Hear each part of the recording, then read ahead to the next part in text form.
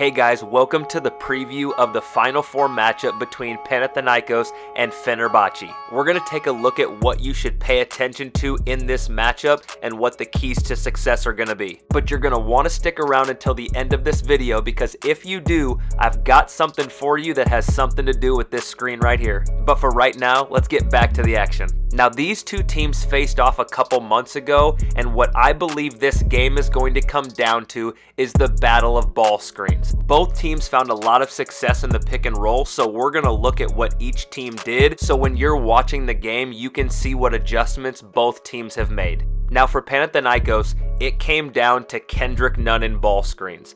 They put him in a high middle ball screen the majority of the game, and Fenerbahce could not figure out how to guard him the entire game. He ended up scoring 23 points, and get this, he took 22 two-point field goals in this game, and the majority of them came out of ball screen. Fenerbahce tried everything from switching coverages to switching on-ball defenders. Nothing seemed to work, and Kendrick got busy the entire game. Now, the majority of the game, they were trying to go over the top of the ball screen. Now, what would happen is Kendrick Nunn would go over the screen and then snake back to the other side, and this would essentially create a 2-on-1 situation with the big, and he was essentially forced to pick his poison. So then they switched it up and tried to do what's called icing a ball screen, which is where you force him away from the middle of the court and make him drive towards the sideline baseline. But the problem is he would just put his defender in jail and create that same 2-on-1 situation with the big again, and he continued to score. And it actually created more problems for their defense because not only was Nunn able to get into space, carve up the defense and score, but then there were situations like this where they would try and ice it on the side, and now they would give up short rolls to Lasort, who started to get dunks, and this is something that the coach did not want to have happen, as you can see from his reaction on this second dunk.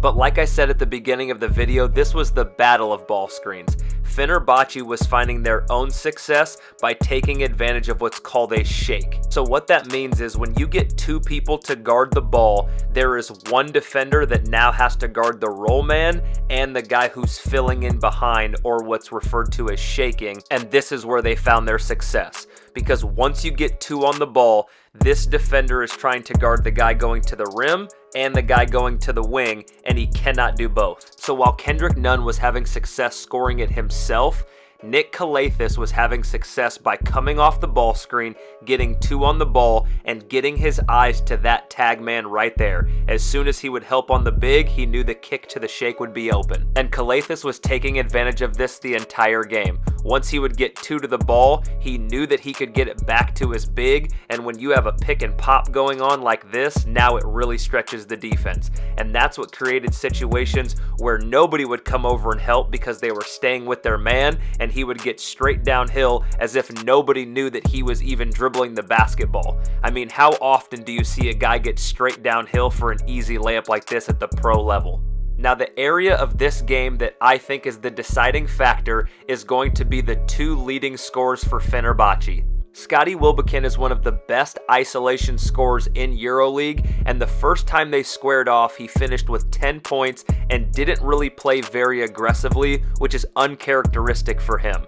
So what he ends up doing in this game, I think will make a huge impact because coming into this series, he is coming off of one of the most impressive stretches that he's had all season against Monaco, where he could not miss. Down the stretch in Game 5, he hit some shots off the bounce that most people wouldn't even attempt. So the question is, which Scotty's going to show up in this Final Four matchup? The other key factor to this game is Nigel Hayes-Davis. And the area that he dominates in is one-on-one post-isolation situations. Now, in their first matchup, he went 2 of 8 from the field and had 4 points, which is very uncharacteristic of him because not only has he been dominating in this area, but just recently he set the single-game EuroLeague record for points in a game with a 50 ball. So has Panathinaikos figured out a way to guard him that makes him ineffective? Or did he just have an off night?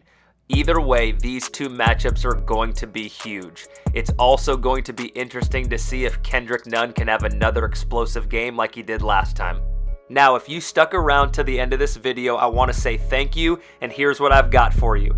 Euroleague is giving out a 30% discount for the Final Four passes, but I'm giving out 4 free ones, 2 in this video and 2 in the other preview video of the Final Four. Now all you have to do to give yourself a chance to win is make sure you're subscribed to the Film Room, and in the comments just put hashtag F4Glory. I'll reach out to the winners the day before the Final Four. Thanks for coming through. We'll see you next time in the Film Room.